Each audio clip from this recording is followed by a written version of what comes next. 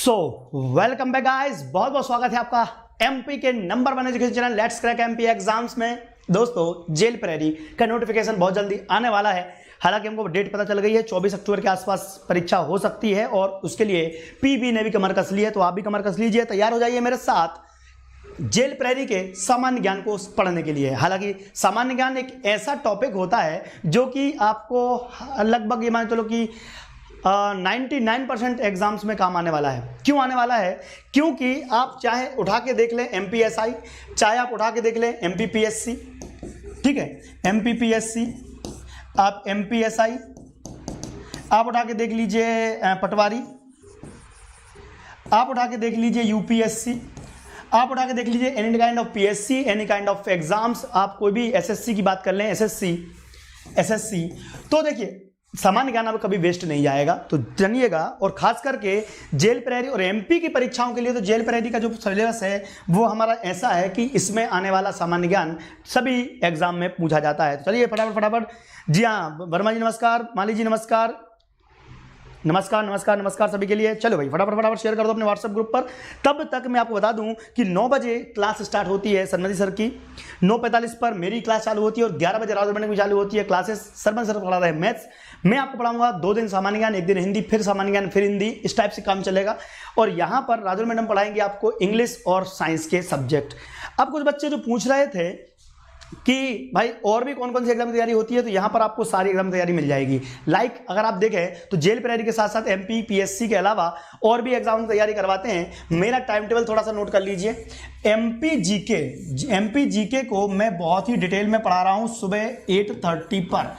देखिए दोस्तों, एक नई सीरीज चालू होने वाली है जिसको हम बहुत जल्दी 3 दिन में चालू होने वाली है, लेकिन अभी ये सीरीज जो खत्म हो रही है इसको एक बार देख लीजिए। दूसरा 9:45 पर सामान्य ज्ञान जो कि आप देख रहे हैं ऑल एग्जाम के लिए, और 10 बजे पढ़ाता हूं भूगोल सारी परीक्षाओं के लिए जो कि रात्रि 10 बजे रहेगा। मेरा नाम है Dinesh Thakur, director and founder of Deep Singh academy Indore.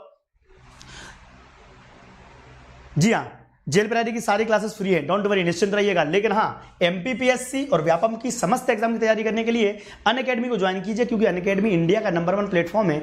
अभी आपके लिए बहुत ही एक बेहतरीन ऑफर है, सबसे कम फीस में आप तैयारी कर सकते हैं।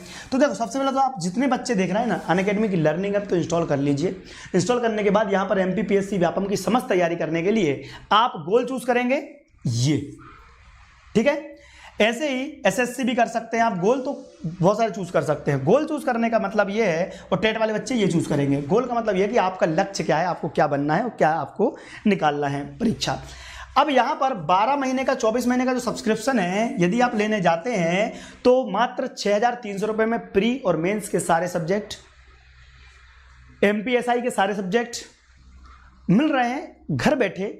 सेफ एंड सिक्योर पढ़ाई करने का सबसे अच्छा तरीका है। लेकिन ये कब मिलेगा, सस्ता कब पड़ेगा? जब आप रेफरल कोड क्या लगाएंगे, डीटी लाइव। तो जो 12 महीने का हो, 24 महीने का, सब्सक्रिप्शन लेने से पहले referral code DT live apply कर दीजिएगा। अप्लाई करना मत भूलना, अप्लाई करते से ही आपका काम आसान हो जाएगा। जी हाँ, एमपी जीके की क्लास कहाँ होती है? यूट्यूब पर यही होती है सुबह 8:30 बजे सर।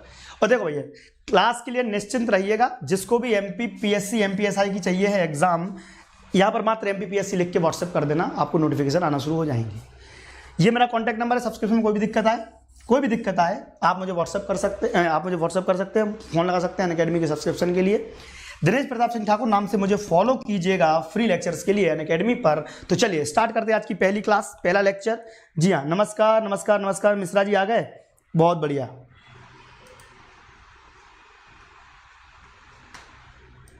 क्या बात है, बहुत शानदार, एक नंबर। चलो भाई, सब लोग आ चुके हैं, बैठ गए हैं, एक्सप्रेस चलने वाली है। चलो भाई, छुक गाड़ी बिल्कुल शानदार तरीके से। मध्य प्रदेश में Vindhyachal super thermal power station कहां स्थित है? दमोह में, सिंगरौली में, बैतूल में, विदिशा में। लगाओ भाई आंसर फटाफट, जल्दी, फास्ट, परफेक्ट। विंध्याचल के नाम से थोड़ा सा अगर आप देखेंगे तो यहां पर आ जाना चाहिए। बी पर गए हैं सब लोग, सिंगरौली, बिल्कुल सही आंसर है सिंगरौली। कोयला उत्पादन के लिए प्रसिद्ध एवं कोयला की मोटी परत पाई जाती है, यह मध्य प्रदेश की ऊर्जा राजधानी भी कहलाती है। देखना भैया, हमारे यहाँ पर हमने कल एक बार जानकारी भी दी थी कि पैसे के मामले में 17-18 में सबसे अधिक खनिज कौन सा हमारे यहाँ पाया जाता है, तो कोयला पाया जाता था। ठीक है, पैसे के मामले में, यानी कि आर्थिक दृष्टि से देखा जाए। और दूसरा क्वेश्चन आता है कि सिंगरौली को क्या बोला जाता है? ऊर्जा की राजधानी। तो ऊर्जा की राजधानी सिंगरौली को बोला जाता है। मैं आपको 15 से 20 क्वेश्चन जो भी कराऊंगा ध्यान रखना, लेकिन साथ में हर एक क्वेश्चन के साथ 5 चिपके क्वेश्चन भी कराऊंगा। कौन से? चिपके क्वेश्चन। चिपके का मतलब होता है उससे 5 क्वेश्चन और बनेंगे, और वही इस पढ़ने का मजा है। ये फॉर्मेट हमने आपके कहने पर तय किया हुआ है। तो चलिए, एक क्वेश्चन सिंगरौली बन गया, मध्य प्रदेश की ऊर्जा राजधानी सिंगरौली हो गया। कोयले की मोटी परत सबसे ज्यादा यहीं पाई जाती है। अब सिंगरौली जिला बाद में बना हुआ है। सिंगरौली जिला मध्य प्रदेश राज्य का एक जिला है। जिले का मुख्यालय बेड़न है, बेड़न तहसील। जिले को 24 मई 2008 को सीधी जिले से सेपरेट किया गया था। बहुत बढ़िया क्वेश्चन है कि भाई आखिर सिंगरौली जिला बना कब? तो क्वेश्चन आएगा 24 मई 2008 को बना। तो सीधी सिंगरौली जो बना जिला, ये सीधी से अलग हुआ। तो किससे अलग हुआ? सीधी से अलग हुआ। कब बना? 24 जून 2008 को बना। नोट कर देना, पेन कॉपी लेके बैठना भैया अपने पास, है ना। बिना पेन कॉपी मत बैठना, दिक्कत हो जाएगी। जिला बघेलखंड के अंतर्गत ये आता है। बघेलखंड हमारा क्षेत्र है, बघेलखंड का पठार, ठीक है। तो सिंगरौली जिला बघेलखंड के अंतर्गत आता है। परिगवा में हिंडाल्को का कारखाना है। हिंडाल्को नामक जो विश्व प्रसिद्ध कंपनी है उसका कारखाना यहाँ पर है, जो एल्यूमिनियम का उत्पादन भी करता है। सिंगरौली जिले में भारत की सबसे बड़ी विद्युत संयंत्र कंपनी एनटीपीसी ने 1975, दिमाग में नोट कर लो आंख बंद करके, 1975 में विद्युत संयंत्र की सबसे बड़ी कंपनी स्थापित की। परफेक्ट, कोई दिक्कत किसी को?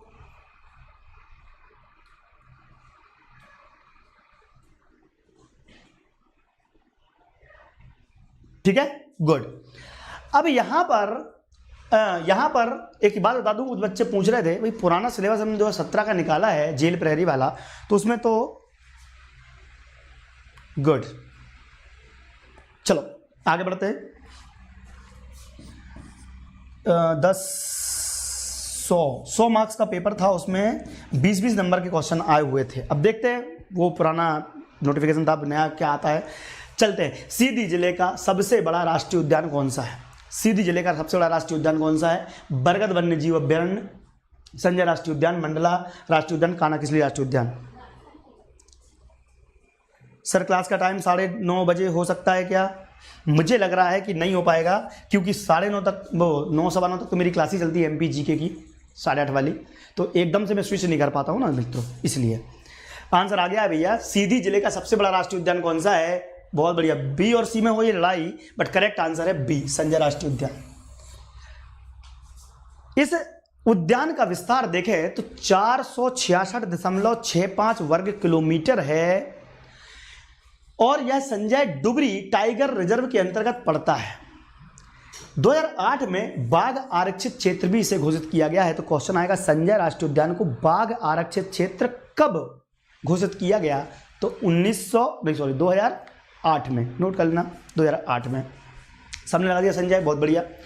संजय राष्ट्रीय उद्यान को सन 1918 में मध्य प्रदेश में स्थापित किया गया था। तो सबसे पहले क्वेश्चन नोट करेंगे कि क्या करेंगे? बाघ आरक्षित क्षेत्र 2008 में बना, ठीक है, मान गए। संजय का क्षेत्र कितना है? 466। दो पॉइंट नोट हो गए। तीसरा पॉइंट नोट करेंगे, संजय राष्ट्रीय उद्यान को 1918 में स्थापित किया गया। 2000 में मध्य प्रदेश के विभाजन के बाद, ध्यान रखना संजय राष्ट्रीय उद्यान तो हमारे छत्तीसगढ़ में भी पड़ता है। 2000 के बाद जब छत्तीसगढ़ बना 1 नवंबर 2000, तो छत्तीसगढ़ का गठन, मध्य प्रदेश का पुनर्गठन का नाम भी आ जाएगा। बड़ा भाग यानी कि 1400 वर्ग किलोमीटर के आसपास, 1440 एग्जैक्ट फिगर है, 1440 वर्ग किलोमीटर कहाँ चला गया? छत्तीसगढ़ राज्य में चला गया। तो एक बात ये भी है कि संजय राष्ट्रीय उद्यान जो था उसको डिवाइड हुआ, तो संजय टाइगर रिजर्व से ही सोन घड़ियाल अभ्यारण्य एवं बगदरा अभ्यारण्य संबंधित हैं, जो कि खासे आकर्षण का केंद्र है। ठीक है, सोन घड़ियाल,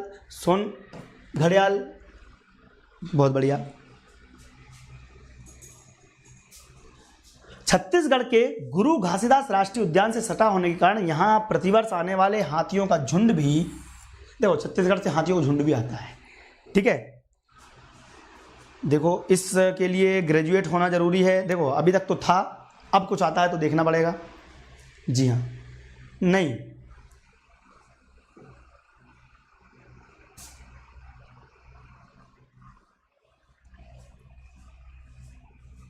चलो परफेक्ट। नेक्स्ट क्वेश्चन आंसर लगाओ भाई, नेक्स्ट क्वेश्चन का आंसर लगाओ। भारत में कौन सा राज्य चावल का सबसे बड़ा उत्पादक है?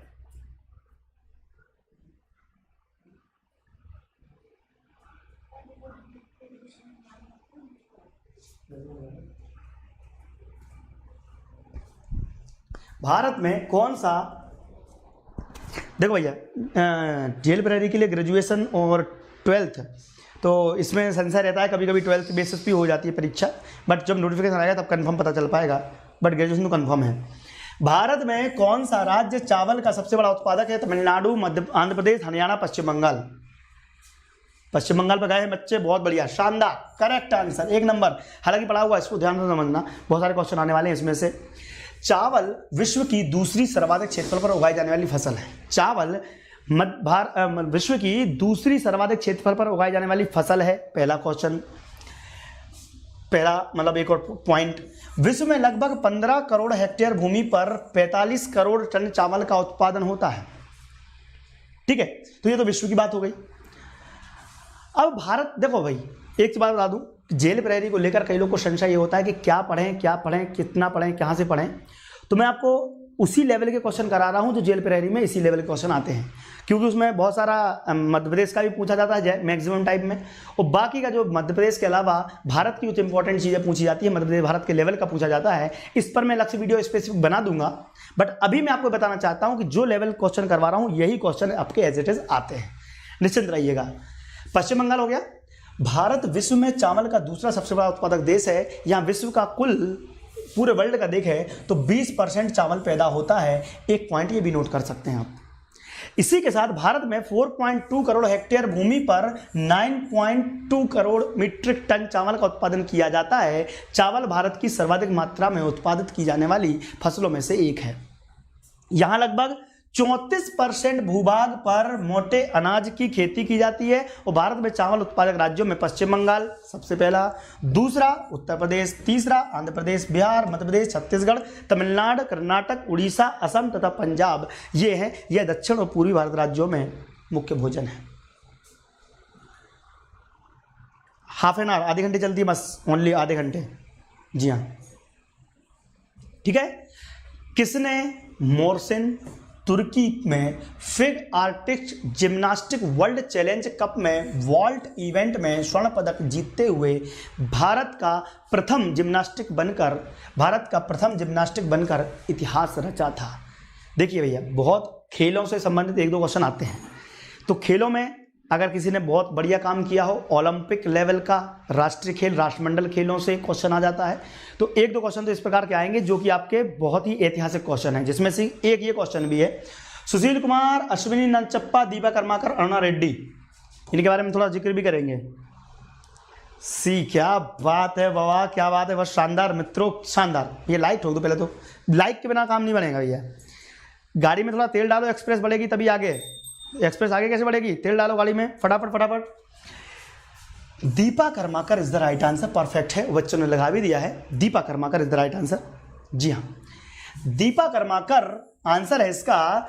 ये अगरतला त्रिपुरा भारत की रहने वाली हैं। पूरा नाम है इनका दीपा कर्माकर, उपनाम है गोल्डन गर्ल। क्या नाम है? Golden girl. गोल्डन गर्ल के नाम से भी इनको जाना जाता है।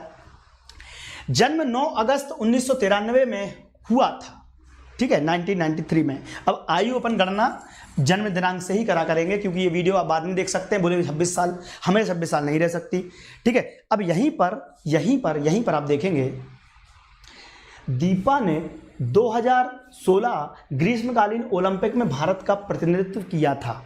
तो 2016 में ओलंपिक का प्रतिनिधित्व किसने किया था? तो दीपा कर्माकर ने किया था। एक ये किसी भी ओलंपिक में प्रतिभाग करने वाली पहली भारतीय महिला जिम्नास्ट हैं, और पिछले 52 वर्षों में ऐसा करने वाली प्रथम भारतीय पुरुष अथवा महिला जिम्नास्ट। बहुत बढ़िया क्वेश्चन है ये। जी हाँ, शानदार। इस ओलंपिक में उन्होंने फाइनल में अपनी जगह बनाई, और फाइनल में भी भाई मामूली अंतर से 0.150 से कांस्य पदक से चूक गई और चौथे स्थान पर रही। उन्होंने अति कठिन माने जाने वाले प्रादुनोवा वॉल्ट का सफल प्रदर्शन किया है। ये प्रादुनोवा वॉल्ट एक ऐसा होता है, बहुत ही कठिन, मतलब इसको घूमते हुए हवा में साथ 3-4 बार घूमते हुए पलटना पड़ता है, बहुत ही कठिन होता है, जिसका प्रादुनोवा केवल 4 से 5 जिम्नास्टिक ही कर पाए हैं आज तक, उनमें से दीपा कर्माकर भी उनमें से एक है। ठीक है ना, तो ये बहुत ही इंपॉर्टेंट है कि प्रादुनोवा वॉल्ट का सफल प्रदर्शन करने वाली महिला भी है दीपा कर्माकर। क्वेश्चन यहां से बन सकता है। आज तक विश्व में गिनती की 5 जिम्नास्ट ही सफलतापूर्वक ये काम कर चुकी हैं। ठीक है जी हाँ, नोट कर लीजिएगा। बहुत बढ़िया। संयुक्त राष्ट्र महासभा यूएनजीसी ने 21 जून को किस रूप में घोषित किया है? अंतर्राष्ट्रीय योग दिवस, चिकित्सक दिवस, पर्यावरण विश्व दिवस या अंतर्राष्ट्रीय स्वास्थ्य दिवस? परफेक्ट आंसर लगाइए।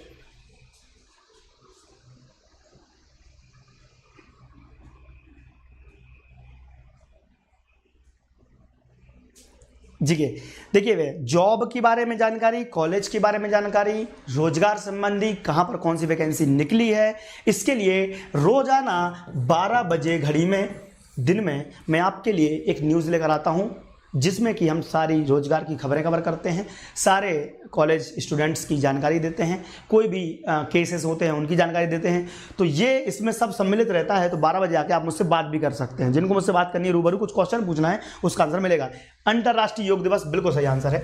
अंतर्राष्ट्रीय योग दिवस 21 जून को मनाया जाता है। यह दिन वर्ष का सबसे लंबा दिन भी होता है और योग भी मनुष्य की दीर्घ जीवन के लिए माना जाता है, इसलिए इसका उपयोग यहाँ पर करते हैं।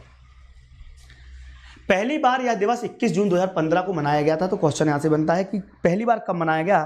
तो 2015 को, 21 जून 2015 को यह मनाया गया, जिसकी पहल प्रधानमंत्री नरेंद्र मोदी ने 27 सितंबर 2014 को संयुक्त राष्ट्र महासभा में अपने भाषण में की थी, जिसके बाद 21 जून को अंतर्राष्ट्रीय योग दिवस घोषित किया गया। बढ़िया बढ़िया पॉइंट है, कोई दिक्कत किसी को? 11 दिसंबर 2014 को संयुक्त राष्ट्र में 177 सदस्यों द्वारा 21 जून को अंतर्राष्ट्रीय योग दिवस मनाने का प्रस्ताव को मंजूरी मिली। प्रधानमंत्री मोदी के इस प्रस्ताव को 90 दिन के अंदर पूर्ण बहुमत से पारित किया गया। अपने आप में एक बहुत बड़ी सफलता थी कि हमने दूसरे विदेशियों ने पेटेंट करा लिया। बहुत जल्दी अगर आप ये काम नहीं करते तो योगा भी दूसरे लोग ही पेटेंट करा लेते। आपने देखा होगा विदेशी के लोग योगा करते रहते हैं और हम लोग योगा को नकारते रहते हैं। तो ऐसी चीजें ना हो, तो बहुत बढ़िया काम हुआ ये।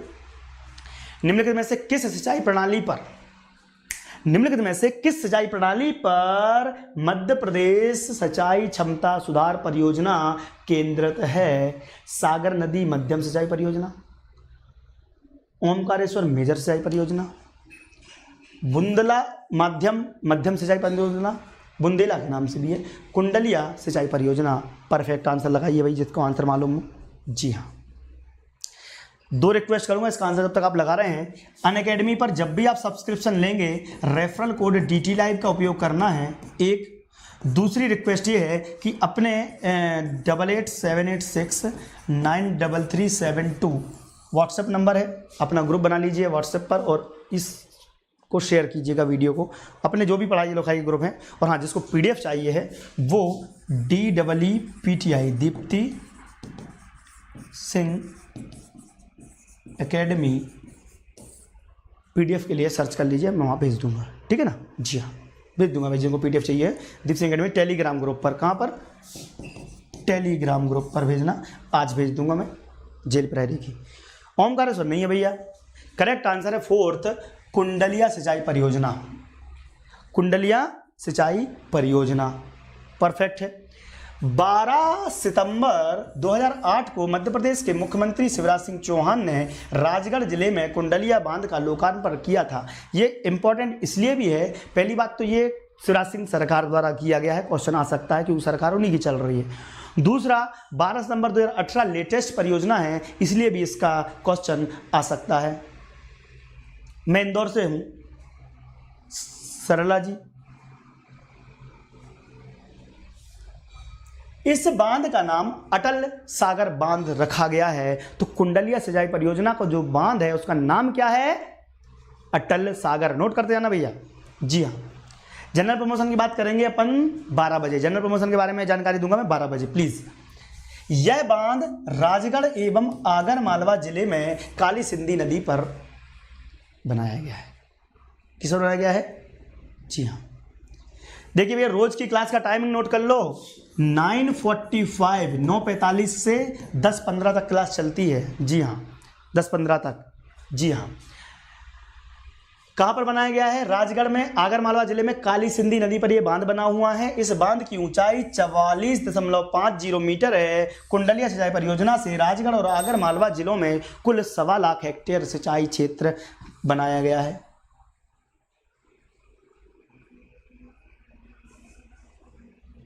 ठीक है, काली सिंधी नदी पर बनाया गया है। राजगढ़ और आगरमालवा जिले में यह सिंचाई होगी। 44.50 मीटर इसकी बांध की ऊंचाई है। अटल सागर बांध इसका नाम रखा गया है। जी भैया फॉर्मेट कैसा लग रहा है? Y और N। अच्छा लग रहा हो तो Y लगा दीजिए, खराब लग रहा हो तो N लगा दीजिए। अगर अच्छा लग रहा है भाई सामान्य ज्ञान ऐसे ही पढ़ाने वाला हूँ आपको, मजेदार। जी हाँ। कुंडलिया बांध का निर्माण वर्ष 2015 में शुरू हुआ था और 18 में इसका लोकार्पण हुआ था। तो ये भी आप समझ में आ गया। जी हाँ। मध्य प्रदेश के किस जिले में भारतीय वन प्रबंधन संस्थान स्थित है? मध्य प्रदेश के किस जिले में भारतीय वन प्रबंधन संस्थान? इंपॉर्टेंट क्वेश्चन है, क्योंकि हमारे यहाँ पर सबसे बड़ा वन आच्छादित राज्य मध्य प्रदेश को दर्जा प्राप्त है और हमारे यहाँ पर एक वन प्रबंधन संस्थान है जिसका नाम आपको आंसर लगाना है। मध्य प्रदेश के किस जिले में भारतीय प्रबंधन संस्थान स्थित है? Nice, very much. देखो भैया इंदौर, उज्जैन, ग्वालियर, भोपाल नाम तीनों से हरा गए हैं। हालांकि वन प्रबंधन संस्थान बिल्कुल Bhopal is the right answer, Bhopal में ही है। भोपाल में है। भोपाल स्थित भारतीय वन प्रबंधन संस्थान सन 1984 में भारतीय वन प्रबंधन संस्थान अहमदाबाद के सहयोग से स्थापित किया गया था। सहयोग किसका था? अहमदाबाद का था। सहयोग किसका था? अहमदाबाद का था और 1984 में इसका काम किया गया था। यहीं पर आप देखेंगे सन 1988 से यहाँ वन प्रबंधन के 2 वर्षीय पाठ्यक्रम स्नातकोत्तर diploma post graduate in forest management, ध्यान रखना, चालू किया, शुरू हुई। और भारतीय प्रबंधन संस्थान IIM भारत के सर्वोच्चतम प्रबंधन संस्थान में से एक। प्रबंधन की शिक्षा के अतिरिक्त ये अनुसंधान व सलाह कंसल्टेंसी का कार्य भी ये करता है। तो यहाँ पर post graduation diploma in forest management की डिग्री यहाँ से होती है। वर्तमान में 6 भारतीय प्रबंधन संस्थान हैं, जो कि एक बेंगलुरु में है, अहमदाबाद में है, कोलकाता में, लखनऊ में, इंदौर में और कोझिकोड में स्थित है। हालांकि ये अपने, जी हाँ,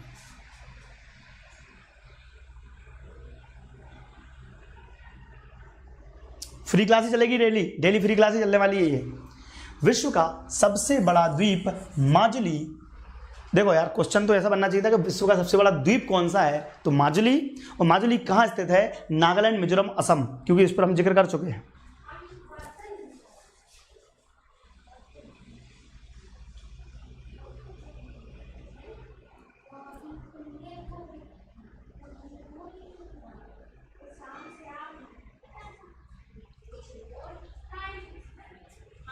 असम, परफेक्ट आंसर है। Assam is the right answer. Majuli द्वीप के दक्षिण में ब्रह्मपुत्र नदी और उत्तर में खेरकुटिया खूंटी नामक धारा अवस्थित है।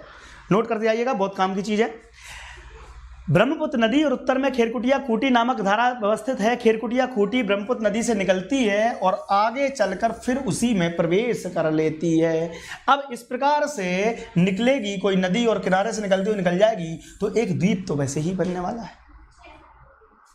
अब खेरकुटिया खूंटी नामक धारा और ब्रह्मपुत्र नदी दोनों के बीच में आप देखेंगे तो माजुली स्थित है और माजुली सबसे बड़ा द्वीप इसलिए माना जाता है। माजुली को असम की सांस्कृतिक राजधानी भी कहा जाता है। चलो भैया, माजुली को असम की सांस्कृतिक राजधानी भी कहा जाता है, नोट कर लीजिएगा। माजुली पूर्वी असम का नव वैष्णव विचारधारा का मुख्य केंद्र है। ब्रिटिश ईस्ट इंडिया कंपनी के A.J. मिफेट मिल्स ने सर्वेक्षण के अनुसार 1853 में, यानी कि 1853 में इसका कुल क्षेत्रफल कितना था? सन 1853 में इसका क्षेत्रफल कितना था? 1246 वर्ग किलोमीटर, लगभग 443 वर्ग मील था। परंतु प्रतिवर्ष बाढ़ और भू कटाव चलता रहा। बाढ़ आती है, छोटा होता जाता है, भू कटाव होता जाता है। सिमट कर 2001 में जब हमने देखा तो ये मात्र 421 वर्ग किलोमीटर ही बचा हुआ है। अब आप देख लीजिए कितना अंतर आ गया है। सॉरी, ये तो सन है, कितना अंतर आ गया है यहाँ से। बहुत अंतर आ गया है। 1246 कब था और अब 421 बचा हुआ है, लेकिन बहुत बढ़िया। तो प्रारंभ में कितना था भैया? लाइक ठोक दो यार, लाइक नहीं आते तो मजा नहीं आती, पेट्रोल भरो गाड़ी में भैया। जी हाँ, 15 लाइक और चाहिए, फटाफट फटाफट फास्ट। क्लास कब से स्टार्ट हुई है? 9:45 से स्टार्ट होती है डेली, 9:45, ठीक है। जी हाँ, और वैसे भी क्लास का नोटिफिकेशन चाहिए हो तो मैंने आपको बोला है 88 नहीं, हाँ 88-786-93372 पर मैसेज लिख के डाल दो।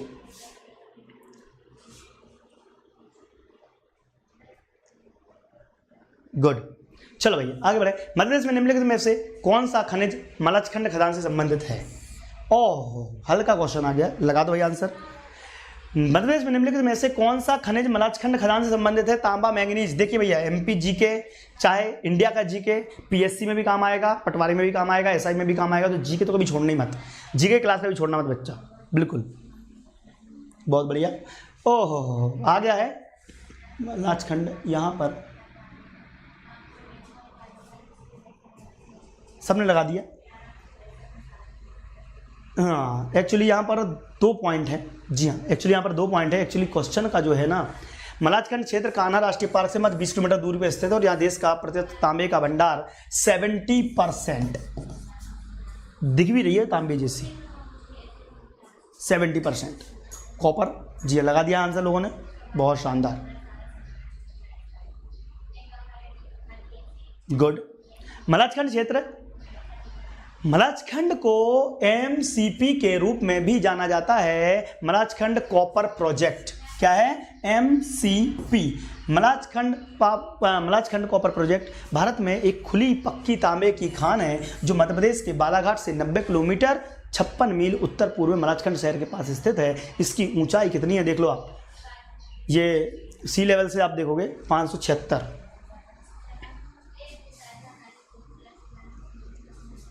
बहुत बढ़िया, शानदार।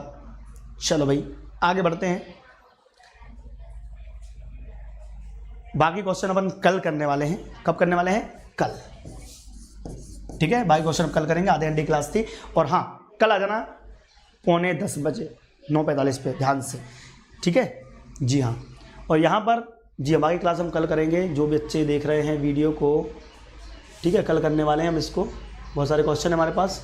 और देखिए डेली हम क्या है, आपको क्वेश्चन भले कितने भी कराते हैं, लेकिन ध्यान रखना कि आपके क्वेश्चन तो हो जाते हैं, साथ में आपको जो एक्स्ट्रा नॉलेज दी जा रही है वो आपको बहुत ही महत्वपूर्ण है। जी हाँ, एक्स्ट्रा नॉलेज दी जा रही है वो आपको ज़्यादा महत्वपूर्ण है। और हाँ, अनअकैडमी पर मेरी कुछ क्लासेस चल रही है, आप देख सकते हैं।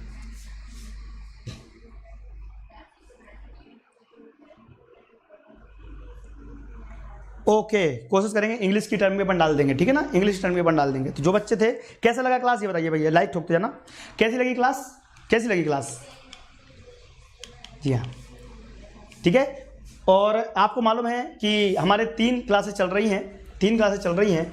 एक 9 बजे सन्मति सर की, 2 9:45 पर मेरी, और 3 राजुल मैडम की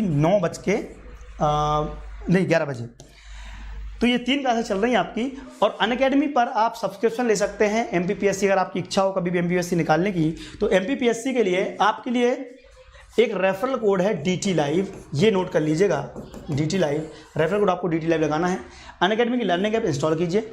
इंस्टॉल करने के बाद एमपीपीएससी व्यापम गोल चूज कीजिए। और हाँ भैया ध्यान रखना, सुबह 8:30 बजे भी अपनी एमपीजी की क्लास चलती है।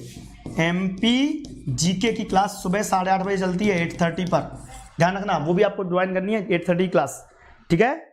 8:30 टाइम याद रहेगा कल से, सुबह 8:30 बजे, ठीक है। वो ज्वाइन करनी, क्योंकि एमपीजी के भी आपके बहुत काम आने वाला, वही तो आएगा ज़्यादातर, ठीक है। याद रहेगा सबको? जी हाँ, 8:30 बजे सुबह, 8:30 AM। और सारी क्लासेस फ्री हैं जेल प्रहरी की, दिक्कत क्या है, ठीक है। और अनअकैडमी पर जब गोल आप चूज़ कर लेंगे, तो जब भी पेमेंट करेंगे ना, तो ये रेफरल कोड याद रखिएगा, अपने मित्रों को दे दीजिएगा। यूपीएससी, एसएससी, जिसकी भी तैयारी करनी हो, ये कोड काम आएगा। और मुझे कांटेक्ट कर सकते हैं इस नंबर पर, सब्सक्रिप्शन में कोई दिक्कत आए, ये व्हाट्सएप नंबर है। फ्री क्लास के लिए, अनअकैडमी पर फ्री क्लास ज्वाइन करने के लिए मुझे फॉलो कर लीजिएगा दिनेश प्रताप सिंह ठाकुर के नाम से।